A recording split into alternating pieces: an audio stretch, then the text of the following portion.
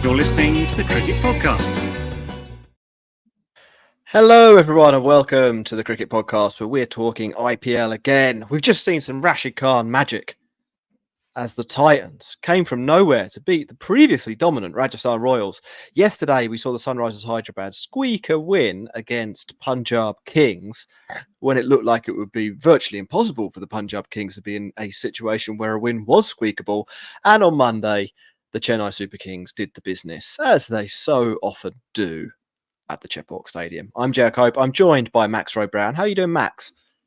Hello. Yeah, good. Nice to be back. I missed the last three, didn't I? From just being busy, but back and looking forward to more IPL good stuff.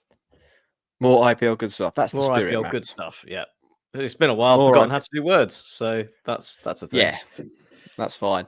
It's a Hayram Skyrim cricket podcast for us today because my Wi-Fi is broken. I'm doing this off my phone's hotspot, and YouTube is broken, so we can't do it live. So for people who were wondering where we were here an hour ago, probably doing a podcast. Max, we should remind people to make sure they like and subscribe to the Cricket Pod, so that when or if this eventually does make it to YouTube, Spotify, Apple, and other platforms, they will not get Google Podcasts. Not Google Podcasts anymore. You need to pick a new platform. All right, we should have said that. We should have said that before it went down, really, shouldn't we? If you know somebody that was listening on Google Podcasts, let them know. I guess. Max, there's some messages. Make of them what you will, listener. What happened in the cricket today? A lot.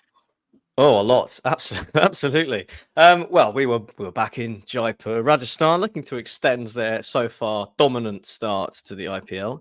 And the start was more stodgy, less dominant from Jaiswal and Jos Buttler.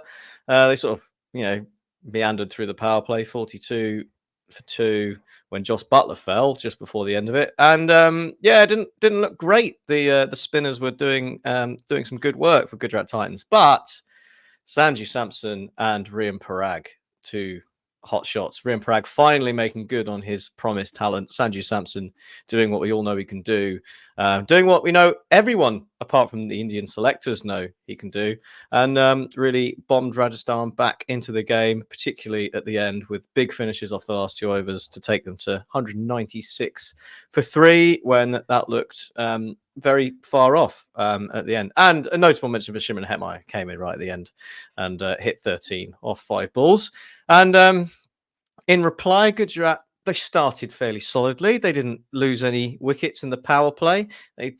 Shubman Gill eventually got going. Sai Siddharthan, well, a bit slow, but things were looking good. They were set. They had a good platform. And then Kuldeep Sen turned up, ripped out the heart of the top order, and it looked very much once Shahrukh Khan had departed that it was all a bit too much for Gujarat. But we forgot one thing, Jack, didn't we? We forgot one thing, and that was what happens when Rahul Tewatia and Rashid Khan are batting together. And the answer is the unexpected. And once again, they pulled it off. The final over and the penultimate over going big, both of them doing the business. 22 off 11 for Rahul Tewatia, 24 off 11 for Rashid Khan, who hit the winning runs. And Gujarat pull a win out of nowhere, really, to reignite their campaign, show the world that Rajasthan are beatable, and bring some life to the middle stages of the IPL. I tell you what, with about 3 overs to go, it did look like we were going to see a sort of a bit of a schism between the teams heading towards the bottom of the table and the teams, riding high. But that is no longer the case, Matt. It's going to be there's been a significant bunching, and I think what it shows is that it's no good just being good in the IPL, is it? You also need to be. You need a nice slice of luck every now and then to come your way, and for Gujarat, I think that probably came in the way of a bit of a disastrous no ball. Yeah. From what's his name, Kuldeep Sen, Yeah. and then is it bad luck? Is it bad luck, Max? I think is probably the question. Is it bad luck that Kuldeep Sen and Avesh Khan bottled it, or is that them just being bad?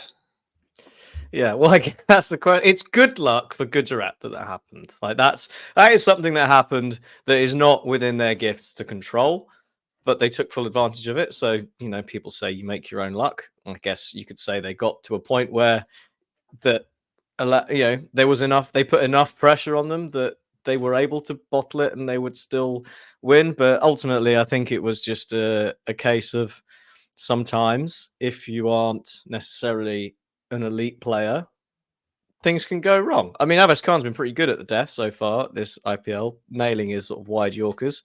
He was a little unlucky when Rashid Khan managed to squeeze one away for 4, just out past the outstretched hand of Sanju Samson.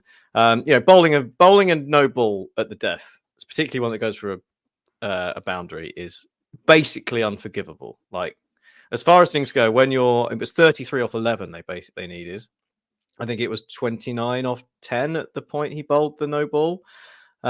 Or maybe it was the ball after. But either way, like bowling a no ball at that point when the odds are so firmly stacked in your favour and really all you need to do is be vaguely competent. Bowling a no ball is the worst thing you could possibly do. It is unforgivable. And, I think you just have to kind of put that down to, individual error. But, full credit to Atia and Rashid Khan for making the most of it, because they still had a lot to do from that point. And they did it with aplomb. And the other thing I suppose to mention is that extra fielder inside the ring in that last over. Obviously, a lot easier to find those gaps. I think that one that squeezes past Sanju Samson, probably you have a rider at third man if you're allowed the full complement of players outside the circle. So it's I really like that rule.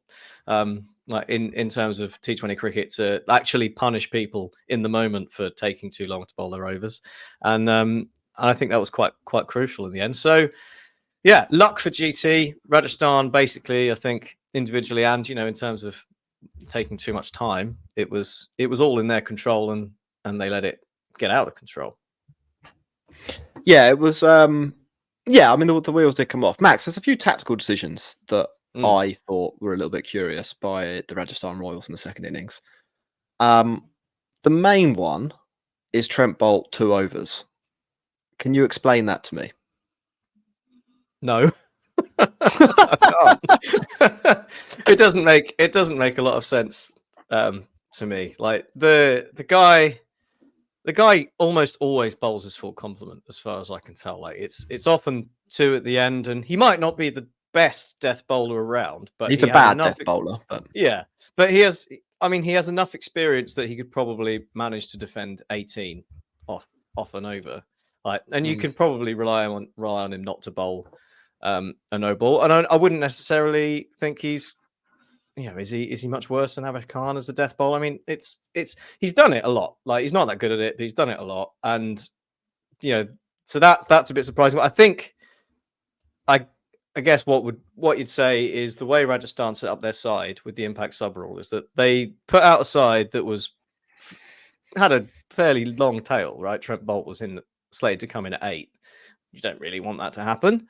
And they didn't need to use an extra batter as it happened. So I guess the way they went into the game was giving themselves a bit of flexibility that if they did need to bring an extra batter, they could, and they'd still have the bowling they needed because they had quite a lot to choose from. As it happens, they had all these other options. They brought in an extra bowler, and that gave them the opportunity they had. They didn't need to bowl Trent Boult. So I guess the idea was they know that Trent Boult isn't the best death bowler. They go, right, well, you can do your 2 power play overs when you're the most effective. We'll get those out of the way. Great start, well done, and then we'll hand over to the rest. I don't hate that plan. But you have to be a little bit more adaptable than that, I think. And what we saw, with our eyes and what the Rajasthan Royals think tank, which I'll give them a lot of credit. I think they do know what they're doing, and I think they've just made a mistake here, or circumstances have got away from them. But in the game, it rained, and then straight after the rain, Kuldeep Sen was borderline unplayable. The ball was nipping around all over the place. He was bowling just a test match length, and it looked really good. Generally, we see when the ball is doing that. Bowlers like Trent Bolt are quite good. It would have been a really good that's a time very to good get an point. extra over Yeah. of him in, getting over of him in there, and he may well have taken another wicket himself. And I think this, I mean, this is sort of all the same tactical point, but they bowled 10 overs of spin, and none of it really was that effective. I mean, Ashwin goes for 10 and over, doesn't take a wicket. Chahal goes for borderline, basically 11 and over, takes 2 wickets, which is, good. Gets Gill out. Chahal bowled fairly well, as he often does, and then Maharaj 2 overs as well for him, and he goes for 16. Now, I think I kind of like the idea of bringing Maharaj in based on what we saw from before the game. But then once that rain comes down and the match shifts around a little bit, and Kuldeep Sen is still getting the ball to move around off the seam, you give the ball to a guy with 300 Test wickets there. I think that's a no-brainer. Like, it's a really good opportunity to squeeze an extra over out of him. And then if you want to, you can use Chahal a little bit later at the death, and he's been really effective, or Ashwin a little bit later at the death, and he's been really effective. And I take your point that Avesh Khan's had a decent tournament so far, but I'd be a little bit more comfortable if I was a Rajasthan Royals fan with that experience and those skill sets bowling later, especially Max, as we know that Tewatia is not a big fan of spin.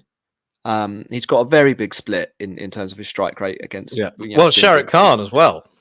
Yes, exactly. And I think my take is that Rajasthan got that call, which I think was actually a fairly obvious call, wrong, and that gave Gujarat the opportunity to squeeze through the door. However, Gujarat have done phenomenally well.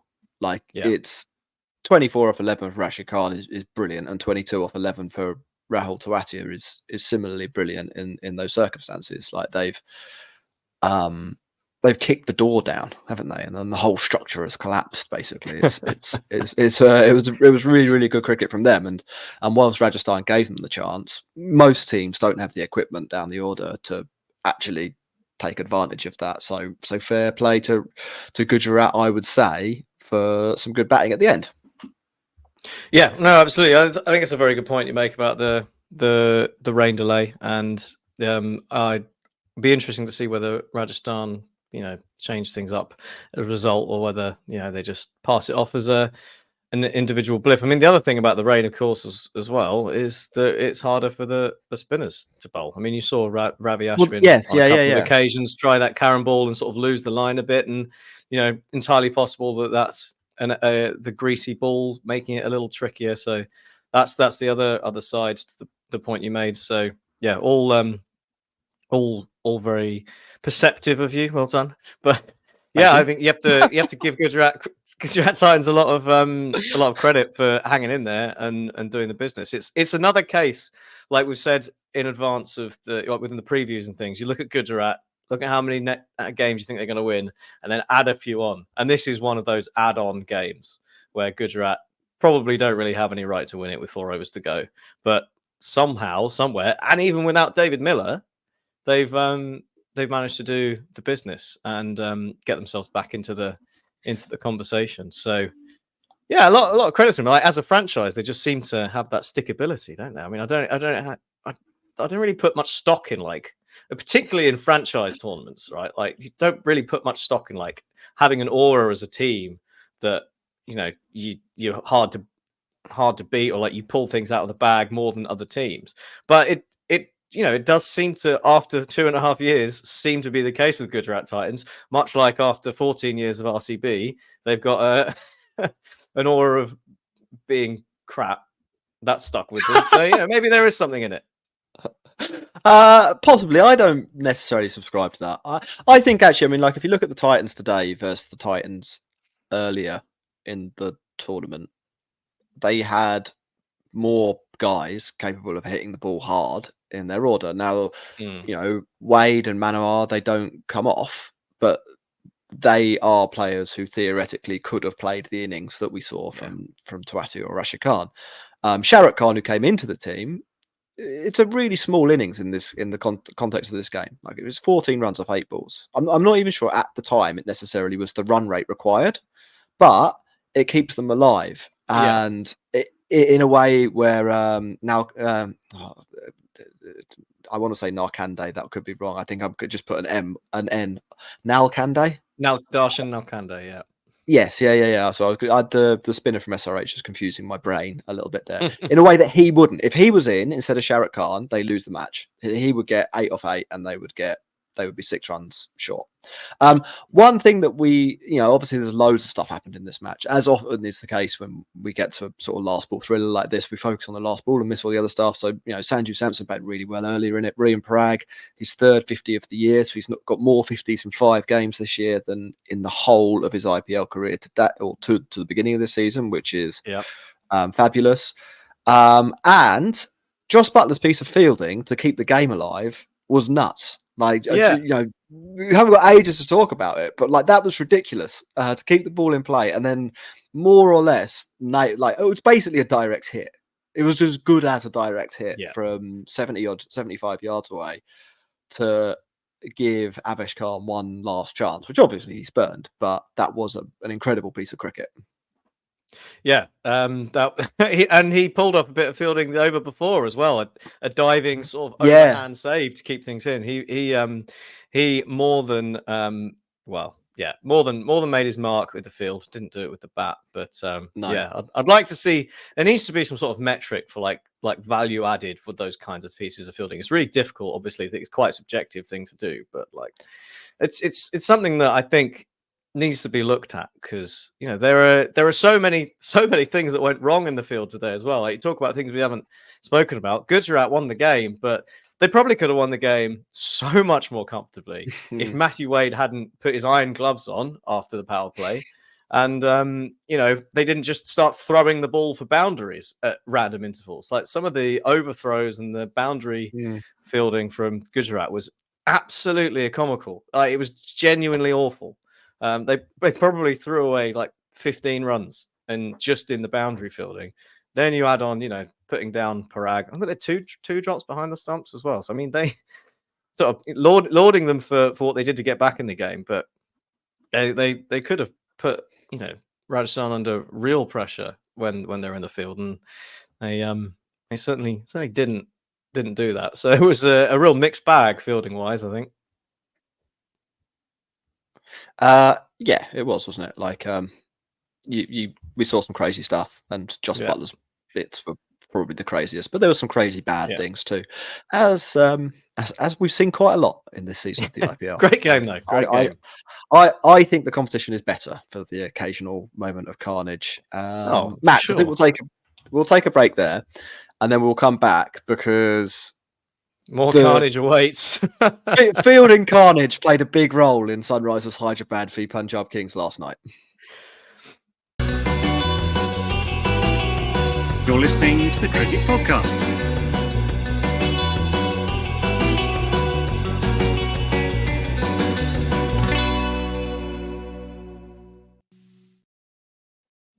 Hello, everyone, and welcome back to the Cricket Podcast. Apologies for the people that will be watching this on YouTube later, but everything went wrong on the tech side, so it's only up on not Spotify. Well, it will be up on Spotify. You can listen to it there. It's only up on Twitter and the fucking YouTube, Facebook. Right, anyway, that message is done. Thanks to you for the people who have joined us there. That's good, and we can see a decent number of people have. So, welcome. Max, what happened yesterday? Oh, well, I mean, you talk about forgetting about what happens when there's a one ball thriller. I mean, what on earth happened yesterday? Sunrisers, they batted first, and Punjab had them in all sorts of trouble in the power play. 3 for 39, 64 for 4 after 9.4 overs when Tripathi departed. They were all over the place, SRH. There was still hope, of course. They'd held back Heinrich Klaasen until the latter half, but then he went 9 off 9. That's it. Like, Heinrich Klaasen's, it's a disaster. But who had Nitish Kumar Reddy scoring 64 off 37, having never scored more than 40 runs in the IPL before. That certainly wasn't on my bingo card. Abdul Samad came in, blasted a few. Shahbaz Ahmed did all right. And somehow, Sunrisers managed to drag themselves to 182 off their 20 overs, including a one Final ball 6 from Jada Unadkat, just to round off the ridiculousness, which was dropped for 6. Which was dropped for 6. Lest we forget. Yeah, I mean and the thing is when something happens like that at the end of an innings, someone drops it over their head for 6. The immediate go to the commentator is, "Oh, how costly is that going to be at the end of the game? You know, what a moment could that be? What a game changer!" And 999 times out of 1,000, it's absolutely meaningless. But not yesterday. Oh no, it was part of many dropped catches that went for 6. And any of them could have been the game changer. Punjab got off to an absolutely dreadful start. Shikhar Dhawan plodded around. Bairstow went for a duck. Prav Singh did nothing. They had a worse power play than Sunrisers. Sam Curran and Sikandar Raza sort of got them back into a bit of shape. And then things started going a bit crazy, didn't they? Shashank Singh, the wrong Shashank Singh, turned out again to be the right Shashank Singh after his heroics in Punjab's previous game. He nearly did it again. Ashutosh Sharma joined him as well from nowhere, 33 or 15. And what was it they needed off the last over? Like 26, 27. And it was Unadkat to bowl it after his last ball heroics. 28. 28. And he had an absolute stinker. Wides, 6s, everything went all over the place. But, I mean, some of those 6s, again, not necessarily his fault. 2 of them were dropped for 6 in the final over. And it got to the point where it was on at the end. But finally, they managed to get it to a mathematically impossible situation.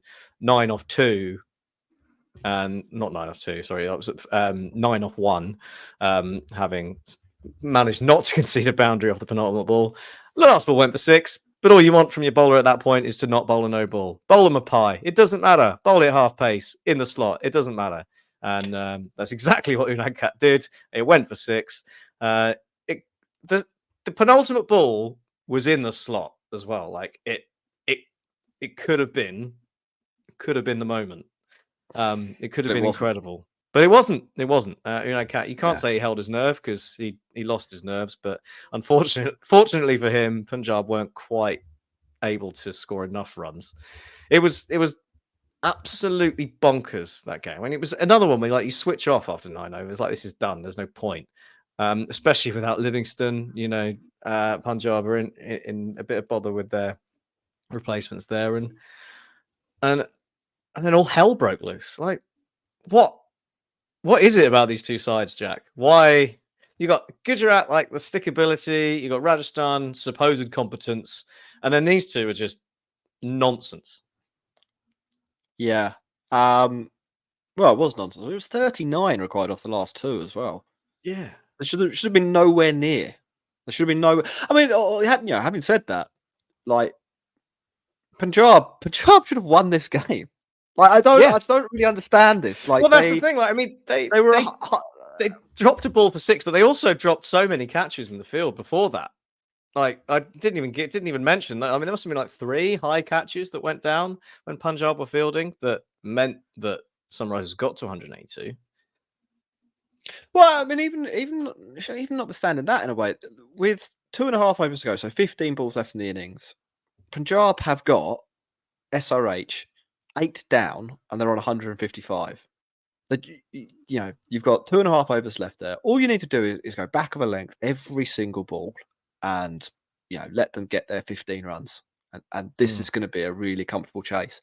Instead, Harshal Patel's trying like wide Yorkers, and he's got his full clown costume on, and he bowled really well in the game until this point as well. He just, I don't know, something went wrong in his brain, and he started spraying the ball all over the place. Got pasted. Then it comes to the last over, and Sam Curran actually, he does what he's supposed to do. Bowls back of a length every single ball. Last ball's hit down the ground. It's a pretty easy catch, to be honest. Yeah. Or it's a pretty easy one not to throw for 6. Maybe it's not an easy catch. But at that point in the game, you don't even need to catch it. Professional cricketer, you're in the IPL. You got to catch that. Just even if you're not sure you'll catch it, just push it back into play. Tap it down and save 4 runs. Because the difference between conceding 2 and 6 is big. You know, that's actually a significant advantage to give up. But no, it goes. I mean, I don't even know if he's trying to catch it. I don't know what he's trying to do there. What I do know, Max, is that Unad Cat, if you want sixes in the last over, he's the man with battle ball. He's the master of sixes. Yeah, you'll not see a better performance in terms of injecting entertainment into a contest than Unad Cat with bat and ball. And this occasion, he had one ball to face, and he hits it. Not only does he hit it for six, he hits it in just the place for it to be the most entertaining kind of six, where it could be caught and it isn't, and it goes to six. And then Sam Curran does the whole reaction to that, where he's like, "I can't believe I have to play with these idiots." He genuinely looked like he was going to cry. It genuinely was close to tears. Bless him. This happens every single game. What are we doing? So Punjab, like how they end up chasing 183 to win is mystifying. Then they virtually lose the game straight up. Boovy bowled very, very well. There's a stumping off a seamer, which is always 140k as well. That ball, nice bit of work. But again, like that, what on earth was Shikhar doing?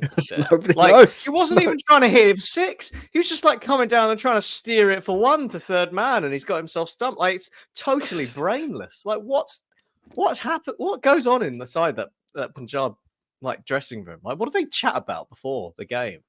I don't know. I don't know. It can't be that, can it? It can't be if the keeper's up to the stumps, go and stand hard. Run down the wicket. Yeah. And then they kind of get back into the game. I mean, Sam Curran doesn't kick on, but he does enough to keep a ticket over. Razzers are maybe a little bit slow, but they're there. And this is the other thing I don't understand. They've got Punjab in Shashank Singh, Jitesh Sharma, and Ashutosh appear to have like an actually really good middle order. Why have they ended up in a situation where in a chase where they needed 9 and over, that between the three of them they've only faced 46 balls, and nobody else has done anything? I'd understand if that happened and Shikhar Dhawan got 100. Like I'd be like, okay, that or you didn't need that, or something. But look, one game ago they saw this happen. This Shashank guy as well. I did a little bit more research into him. He's been blitzing it. Like he hasn't just walked into the team. He's a really good player. Miles down the order. Sikandar Razza's batting in front of him. Sikandar Razza, who's not bowling anymore apparently as well, is batting in front of him. Sam Curran, who is, I don't know. I mean, like at a stretch, somebody who could bat in the top 5 is batting in front of him. Maybe he can't hit spin. Maybe that's what it. Maybe literally he can only hit pace, and so he's batting down there for that reason. But you see the hard work that Shashank and Jitesh and Ashutosh put in to trying to win this game, and you just think like, could you not have found one more ball for these three to face in this game? You'd have won. You'd have won if you'd faced one more ball. But instead, it's like the top order. Maybe here, Max. they can. They face 25 balls for 8 runs. Maybe they can only do it from almost hopeless situations. Like maybe there's no pressure and the game's gone. Maybe that's the only time they're able to pull it out the bag. I don't know. It is strange. Like Jitesh Sharma in its 7's weird. Yeah, it's really weird. Yeah, I don't know. I don't know what's going on with Punjab. I mean, I think obviously losing Livingston is a big problem when Sikandar Raza, who he did okay because he had to deputise a couple of times last year. He's a fine player. He did okay. He's a fine player. He's not going to improve over time because he is basically 38. He's 38 in like 2 weeks. Like that's the age curve is a thing, and he will get worse. So it's a bit perplexing, but again, they still need to do it. They're so much fun. They're so much fun, Punjab.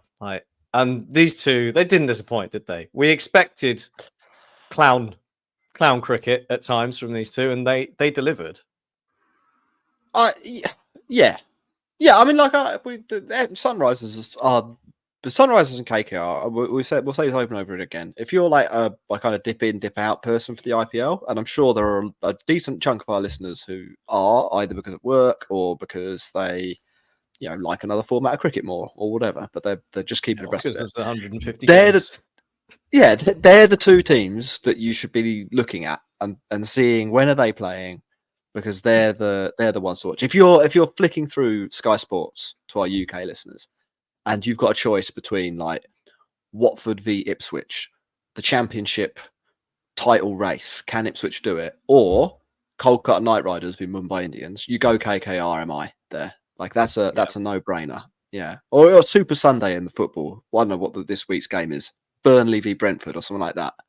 I'm sure it's really interesting to find out super about whether Vincent Kompany can pull off a miracle. I tell you what will be better: Sunrisers v whoever they're playing. Like this, they're the real deal. They're really good fun. And I'm glad they won. I'm actually, Max. We were very negative on this before the season, but I'm quite high on Pat Cummins' captaincy as well. I think he's doing a really good job. I think he's bowling very well. And in that Unadkat over yesterday, he was doing exactly the right thing. He was talking to Unadkat every ball, and he wasn't so doing relaxed, wasn't he? He was so relaxed. Exactly. Like, he was literally just grinning, like smiling, like this doesn't matter, man. It's just a game. It's cool. Like whatever happens. I absolutely love that. Like, I guess it's quite easy to do when you're being paid £2 million to rock up and but there's pressure on him to do that, right? I mean, good on him for not like, because some captains get angry, like they'll proper go, and fair play to Pat Cummins, solving mental health crises as well as global warming and whatever else he did last year. I mean, Sai in our Facebook comments, I said Unadkat, not Unadkat, Ritish in our Facebook comments, I said I haven't seen a more nervous-looking bowler with 25 runs to defend, and he looked absolutely terrified. But Pat Cummins, every ball was like, just calm down, man. And eventually he did it. Like, well, as ludicrously bad as that over was, he had 29 runs to defend, and he only went for 26. So, what's the problem? Like, it's. Let's just hope it doesn't come down to net run rate at the end of it. Well, even that doesn't really matter. Like, if he'd gone for 15 runs, the difference between which is probably around the expected outcome. If you've just got two guys who are set slogging every ball, you're expecting 15 runs. If he'd gone for that, it's costing them like 0.05 of a whatever it is over the season. They'll be fine. It was a much bigger deal how close they got to KKR's mammoth total in like game 3 or something. Yeah. And the net run rate plus 0.3. So Max, I don't really know what to say about this match. Sometimes it's good to come to a conclusion on the two teams. Punjab, I really don't know what's going on there. Like they could quite easily be 4-1, but they could quite easily be like 0-5 too. They're a nutcase franchise. They're fantastic. Sunrisers also nuts, but kind of better nuts. Yeah. Anything else? Yeah. No, I think I did question before this game why they dropped Raul Tripathi. I'm no longer questioning that. Yeah. After watching him bat, not great. Yeah, and I the question, but what I was questioning was like, really, like Nishish Kumar Reddy, like is this really a replacement for Raul Tripathi? Like the guy's, he's a part-time-ish bowler, fast bowler, and he's never done anything with the bat. But maybe he's turned a corner and he's looking good. So it's nice to see. It's nice to see some of the things work for us. Right? It's like Shabazz Ahmed, like RCB. Looked terrible with the bat and like pretty pointless with the ball. Now he's a really competent bowler of left arm spin when he's needed to be used, and he's actually been pretty good down the order, like trying to bash some sixes at the end when he's needed to. It's once again the curse of the ex RCB player is striking. I enjoy Sunrisers, but I think they're true to type to what we said in the previews, right? Both these sides. Like lottery, but I think Sunrisers is a bit more exciting. Punjab are a bit more like lottery with impending doom, whereas Sunrisers is lottery could be absolutely incredible. They're like, different directions of nonsense. And some good things have happened in Sunrisers' favour. Like they haven't had any injuries. We were very down, I think, on their domestic batting. Abhishek Sharma's been brilliant this season. Mm. Nitish Reddy, we don't really know anything about him. I mean, we know about him, but what I mean is he's played 9 T20s. He batted really well yesterday, but Yeah. that might be the best he ever bats. That's a possibility that we should be prepared for. But also, he might be brilliant. That might be just what he does now, and that would be great for them. And Pat Cummins has come off, and that means that Hasaranga not showing up isn't really an issue for them. They've got their style. They've got Heinrich Klaassen. He'll win them a few matches across the year. Travis Head looks pretty at home, doesn't he? And they're kind of rolling. They'll blow up in a few games, no doubt, but they could win 8 matches for sure. I like Sunrisers. Yeah. Max, we're going to take a quick break, but before we get to that, we're going to remind people that this episode is brought to you by Manscaped. Did you know that, Max? I did know that. Yes. We've got some experience using their products. I'm going to highlight the Lawnmower 5.0, which features 2 interchangeable skin-safe blade heads, a standard one for taking a little off the top, and a new foil blade to go smooth and sleek. Ooh. With dual LED spotlights, Max, you'll achieve better visibility, making every trim more precise and hassle-free. And like I said before, if you don't want to make a mess, don't worry. This thing is waterproof. You can shave in the shower, you can shave in the bath, or Max, you can shave in the ocean. Tell you where you can't shave. You can't shave in the River Thames or the Seine because there's too much E. coli. Too much shit. You could say shave in many other domestic waterways, I'm sure. I would basically just not shave in any water body in the UK because they're all full of shit. Yeah, actually, that's probably fair. Head over to manscaped.com, use the code CricketPod for 20% off plus free shipping. That code again is CricketPod for 20% off plus free shipping. There you go. Max, we're going to take a break and we will come back with the world's most boring game of cricket. You're listening to the Cricket Podcast.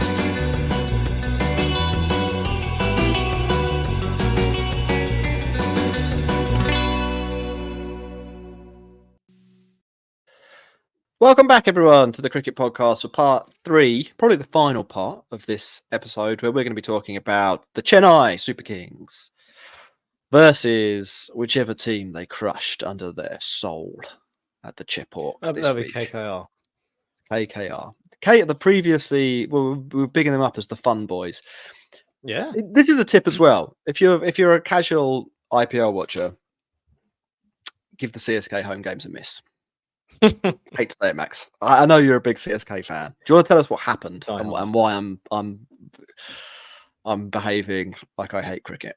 Well, it was the Chepauk blueprint, wasn't it? And we all saw it coming as well because Chennai, they just lost to Delhi Capitals inexplicably and also lost to Sunrisers. So after winning their first 2 games, they then lost the next 2, probably, unexpectedly, certainly with the Delhi game. So they had to right some wrongs, and there's no better way of righting those wrongs than by welcoming someone to the Chepauk and Chepauking them to death, and that is what they did. Phil Salt went first ball, which did help their cause a lot, but it was all true to type for CSK. Theekshana was miserly. Jadeja was even more miserly. 3 for 18. He was back and rolling with his darts. Even Rashid Ravindra got to have a go. Even more miserly than Ravi Jadeja, just 4 of his one over. And we saw the Lord.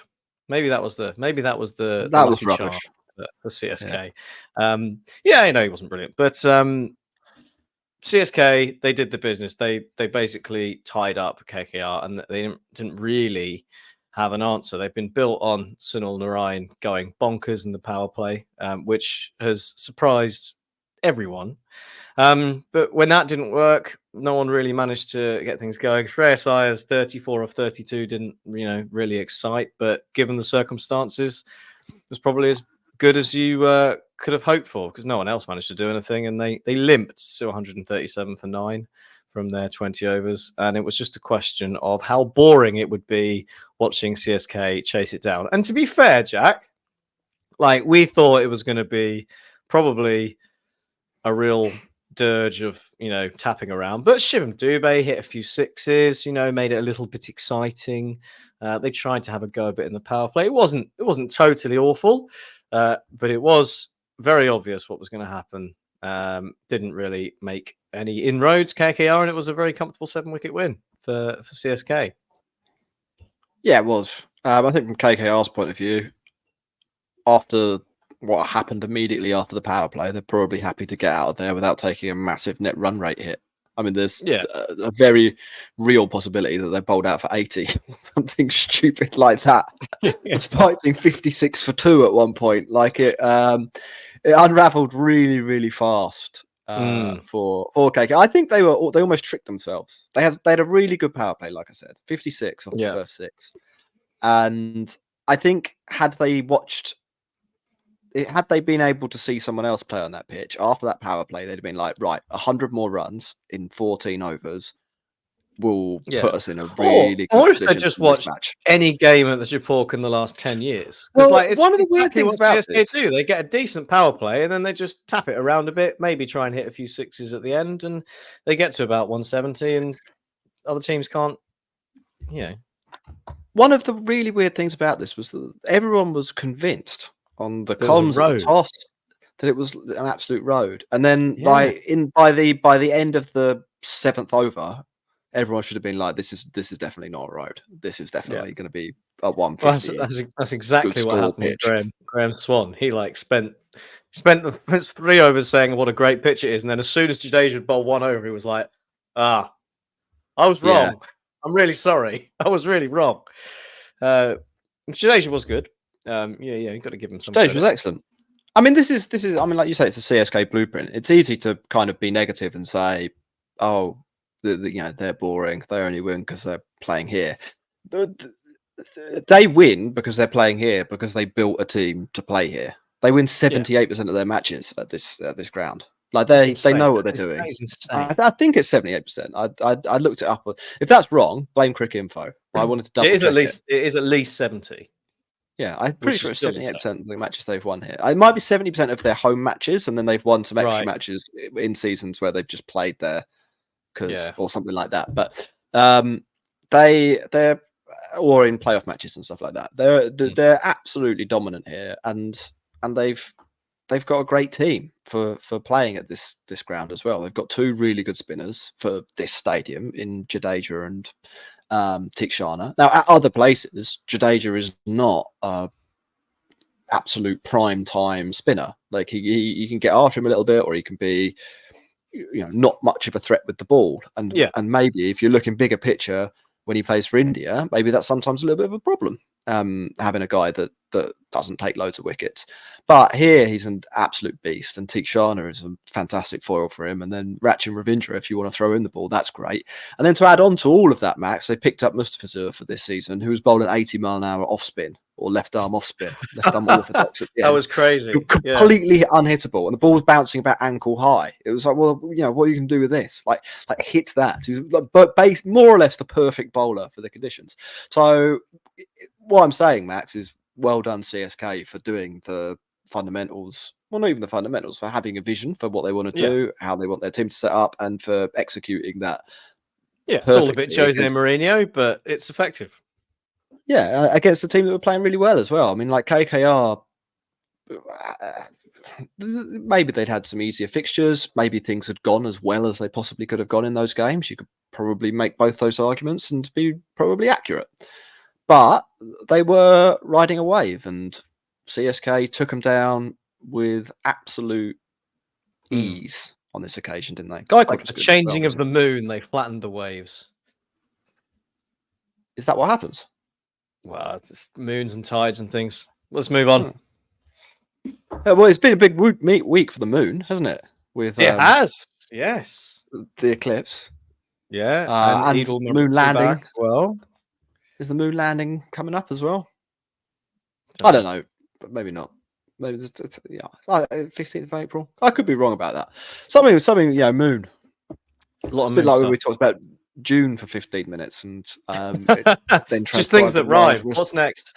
David Boone on the next podcast. Or watched June. Right, here's 2 other things, Max. Gaikwad was good. Is Shivam Dubé India quality? And wasn't it fun when Jadeja pretended to come out and then MS Dhoni came out instead? Which one of Oh, those so do you want to good. tackle? Well, let's talk Dhoni first. So much fun when Dhoni came out instead of Jadeja. Even better that he reluctantly took a single to not hit the winning runs when obviously the plan was you can come in and hit the winning runs, and then we were like, oh, that's more important. Let's just finish the game. Fine. That was quite funny. Shivam Dubé for India. I think the issue is with Shivam Dubé is that like in this, it's exactly like you're saying with like Jadeja, like really good for Chennai, perhaps a bit of an issue when it comes to India. I think Shivam Dubé really good for Chennai because they construct the team so that he comes out in that middle period when the spinners are on, and he is so good at launching spin. Like he's not bad at other stuff, but he is so good at using like long levers and just anything full, trying to disappear it to the moon. And I don't think that that's a way that India would necessarily set up about their team. The other thing is he comes in at 4 for CSK. There's a few other guys who might come in at 4 ahead of him for India. So he could be an outside bet for a squad, but I can't see it being an India thing. And Gaikwad, nice for him to get some runs. Like it was a real it was the kind of innings in a chase that you'd say like is vintage King Legend, or Kohli, like the kind of person that you would exactly want chasing this sort of totally calm, risk-free, like do the business, and that's what he did. I think that's good for him as a captain. Finding his way, not had a particularly big innings so far. So nice little reminder of his qualities. But I think they were the 3 questions, weren't they? They were. Gaikwad actually said that kind of after the game.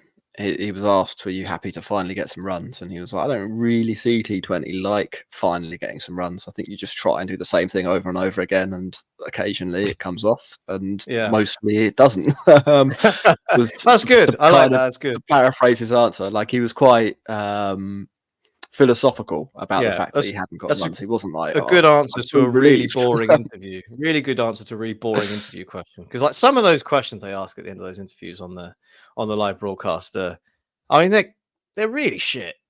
Like there was one, I think it was the Punjab SRH game. They flashed up a stat halfway through that said like Rashid hit 47% of his Yorkers in 2022, 2023, whatever it was, and so far it's been like 17, or like 41% in 2023, and it's been 17% so far this year. And like Darren Ganga just was like, okay, well, what a great question this will be to ask in an interview. It was like, so Rashid, you've only hit 17% of your Yorkers this year. Is that a problem for you? And he's like, I mean, just trying to do my job. I don't know. It's they need to get better at interviews. Down with questions, says Max Rowe-brown. Yep. Right, Max. 2 more things, and they are the games that are coming up. So next show will be on Friday, everybody, which you should know by now. Although we're missing next Friday, aren't we? Because of you. We are. Yeah. Max, we're going to Max's doing live from wherever we're going. Stag. Do you not know? I don't know. No.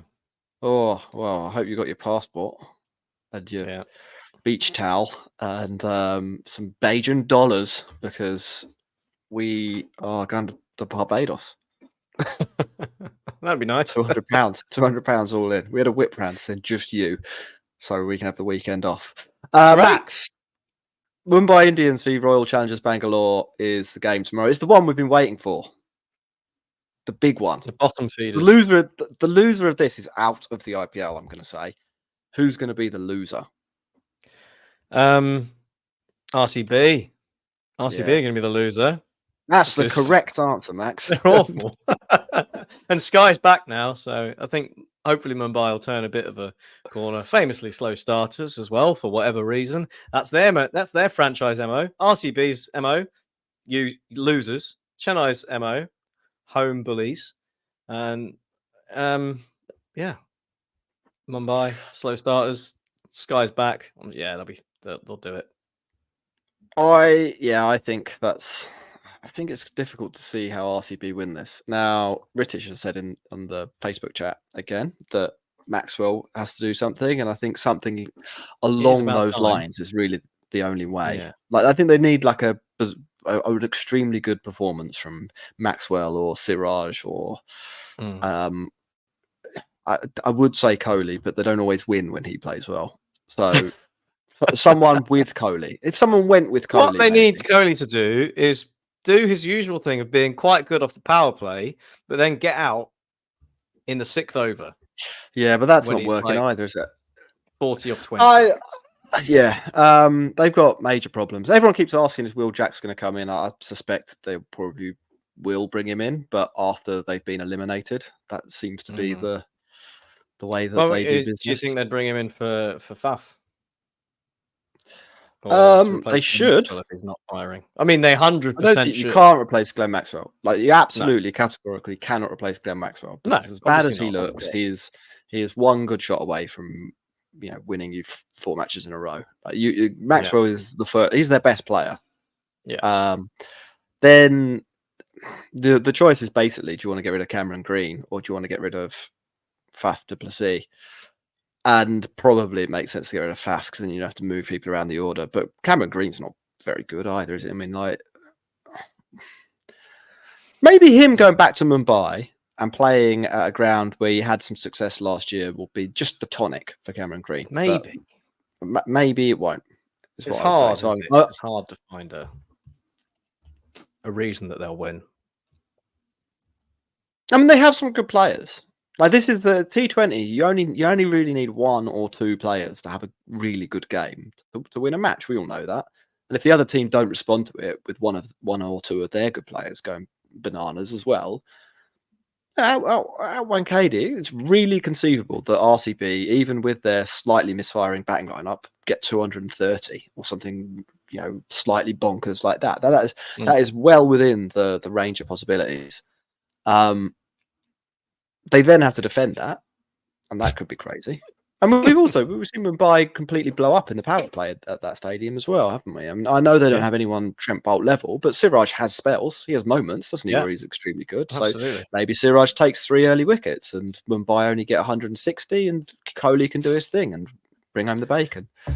Should we talk about the final game? This is Lucknow Supergiants v the Delhi Capitals. Do we have to cover this game?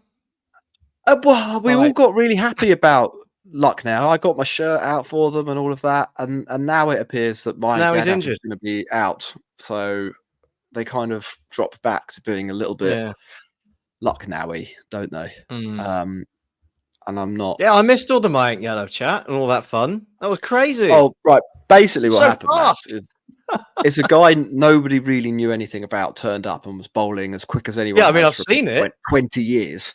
I mean, I saw it all happen. I just wasn't here with you guys to, lord it. It was absolutely incredible. Unfortunately, exactly what is a risk for someone bowling that fast. Is what came to pass. Hopefully, it's just a one off. Because I mean, it was fire. So much fun, so good as well. Accurate. It was brilliant. Until it wasn't, and that is often what happens in cricket. Yep. They say, Max, that they're going to manage his workload. I don't know what that really means. Like it's an abdominal strain or a side strain. I don't know if they've been really clear on this. They never absolutely are. If it's a side strain, I'd be surprised if he played again in the IPL.